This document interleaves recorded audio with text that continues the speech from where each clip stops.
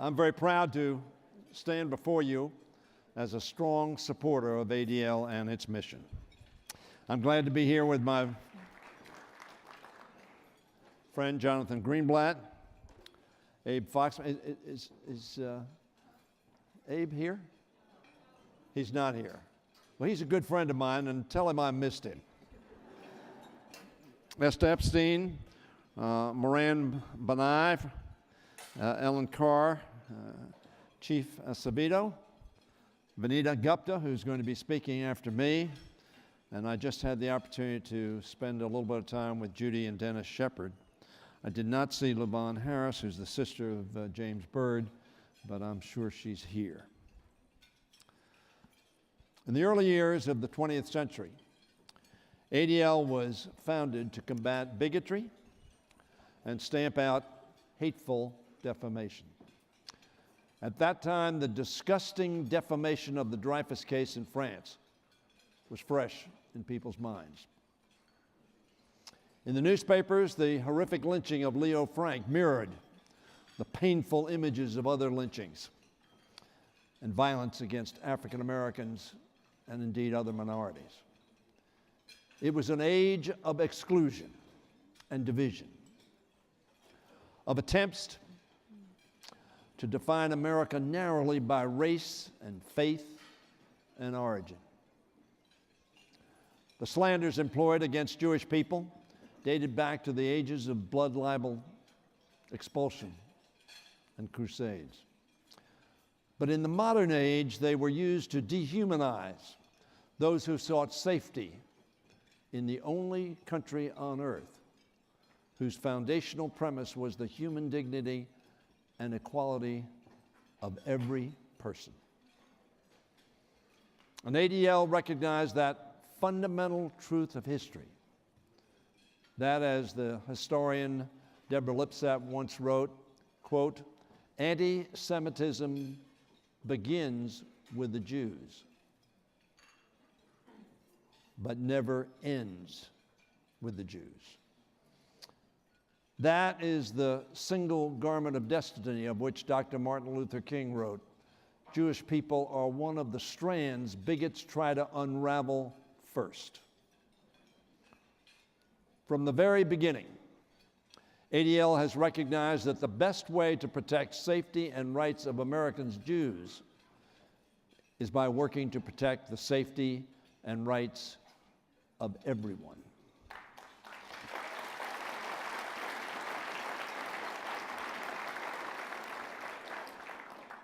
You have been on the front lines defending dreamers, migrants, LGBTQ people, and minorities who have faced hardship as a result of this administration's divisive policies. Thank you.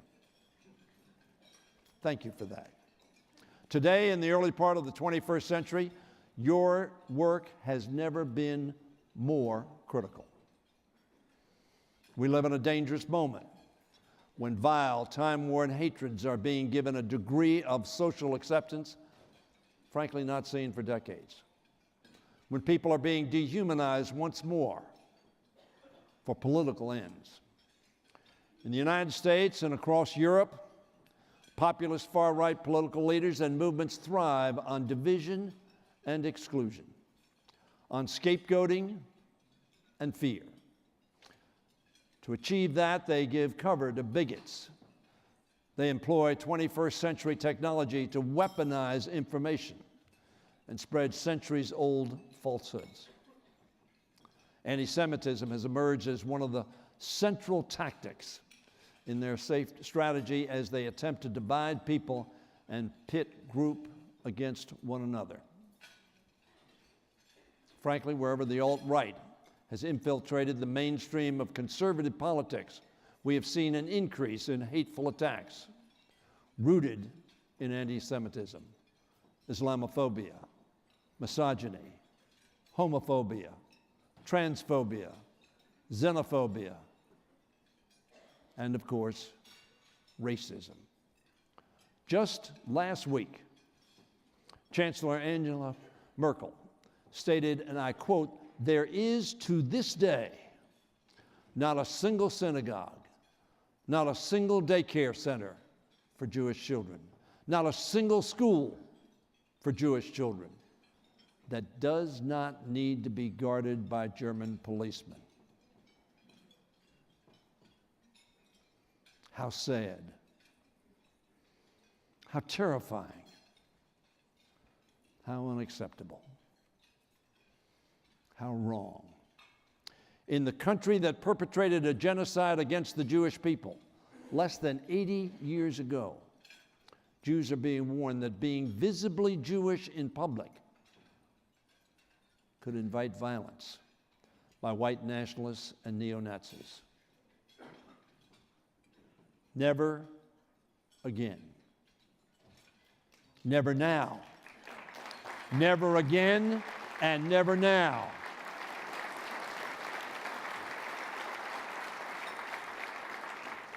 In Hungary, Prime Minister Viktor Orban's far-right government and the media it controls regularly peddles its conspiracy theories about Jewish domination.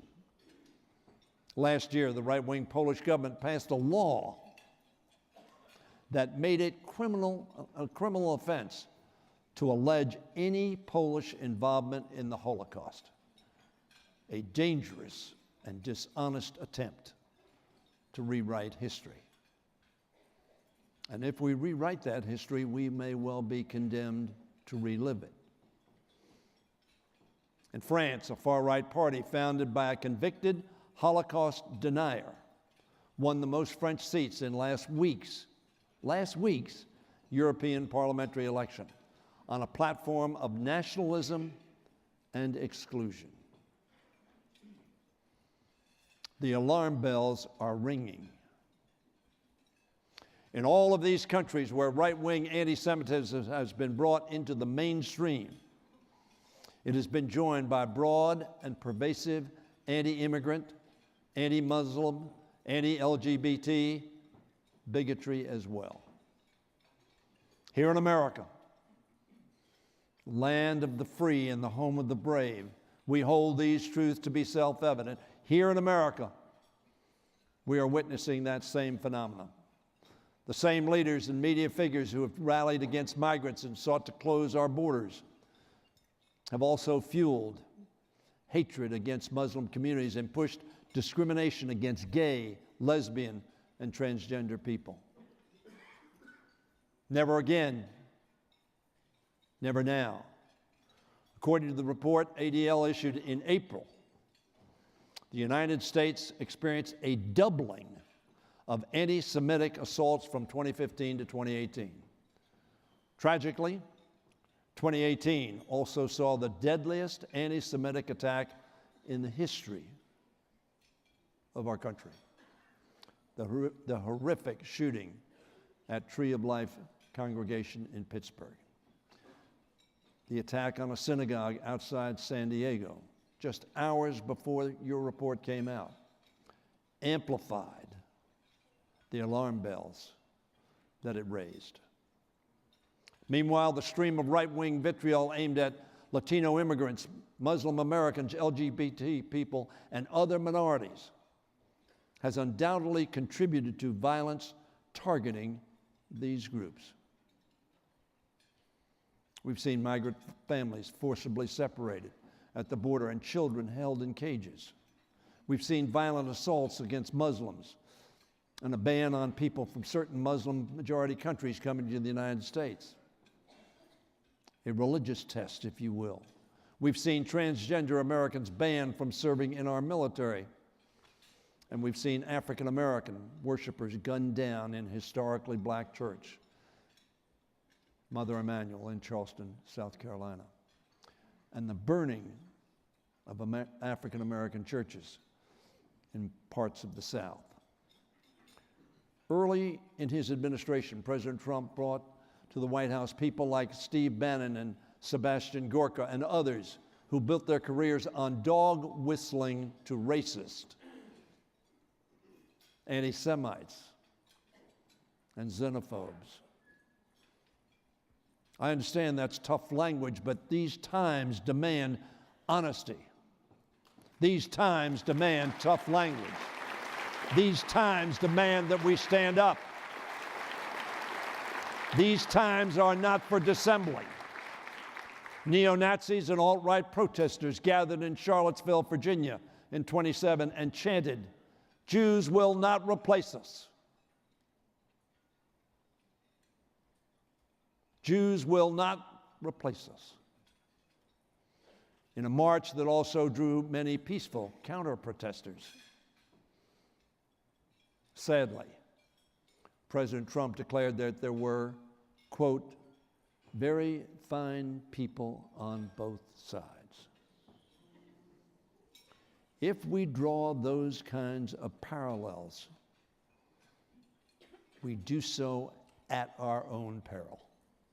How sad it is that this party of Abraham Lincoln, who urged charity towards all and malice towards none, is led today by an individual who gets it backward.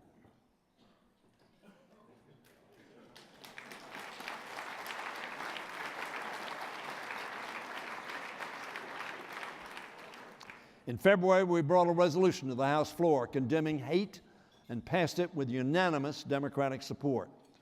Our resolution condemned anti-Semitism specifically and strongly. It also included a broader condemnation of the other forms of hatred with which anti-Semitism aligns, such as racism, xenophobia, homophobia, transphobia. It denounced the horrific Islamophobia we've seen in recent years as well. Because, like ADL, Democrats recognize that every form of hatred is tied together. And we can only win the fight against bigotry, inequality, and intolerance if we stand together, united.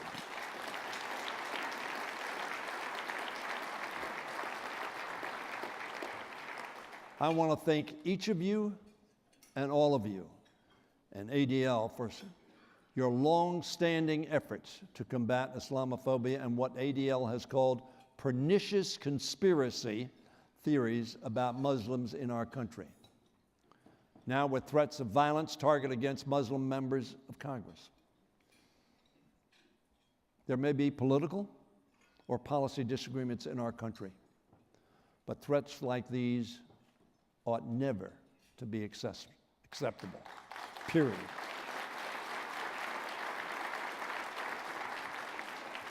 I want to thank ADL for its efforts to make it clear that standing up against anti-Semitism must always be a nonpartisan act.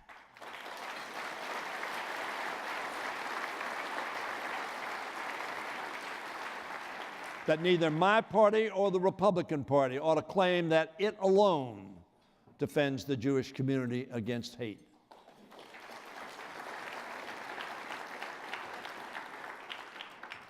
Your letter to congressional leaders in March was on point when it said, and I quote from your letter, "Attempts to use anti-Semitism for political gain, both within and between our political parties, risks undermining efforts to join together to combat anti-Semitism, to combat anti-Semitic incidents and violence and other forms of hate." Close quote. You were absolutely right. Thank you for standing up. Thank you for saying the truth. This must be all of us in this together, not because of party, but because of principle.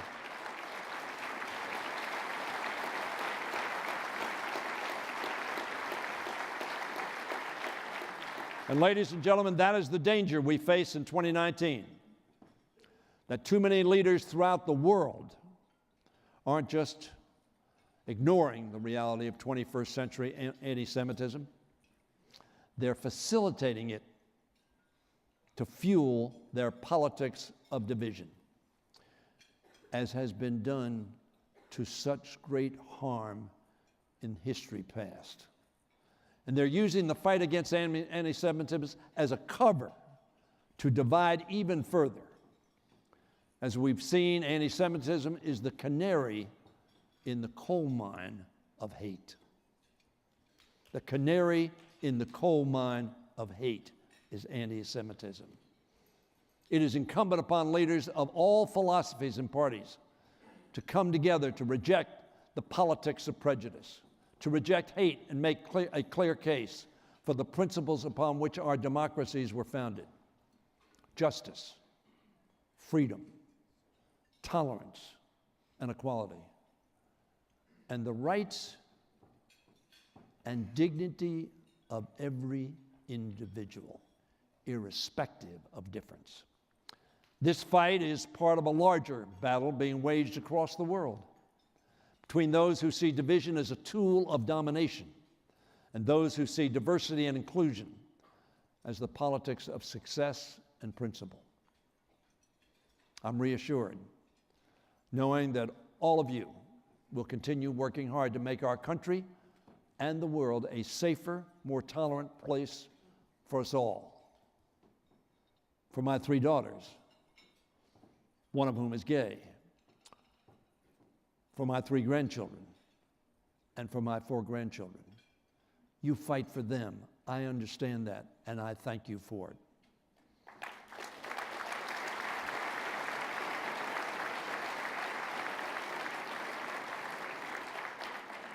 And you fight especially for those who have participated in ADL's program for young leaders. If you're a young leader and you're in the ADL, thank you, young leader. Your country needs you.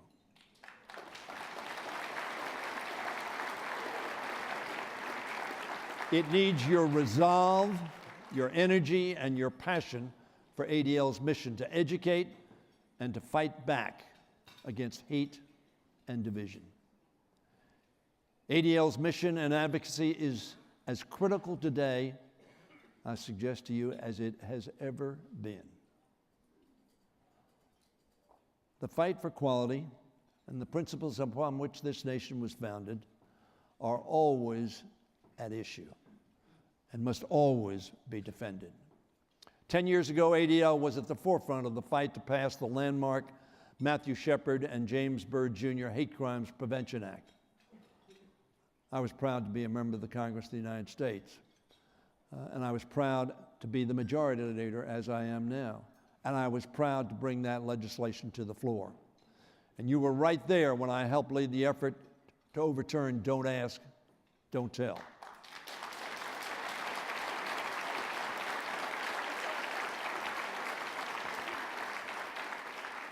Now, in 2019, I'm proud to work with you to fight back against the administration's ban on transgender Americans serving in our military.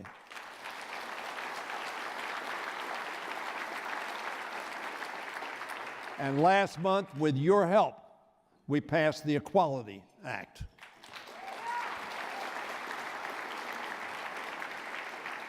Whether it's homophobia, transphobia, Islamophobia, xenophobia, racism, or anti-Semitism, ADL is there standing up to hate.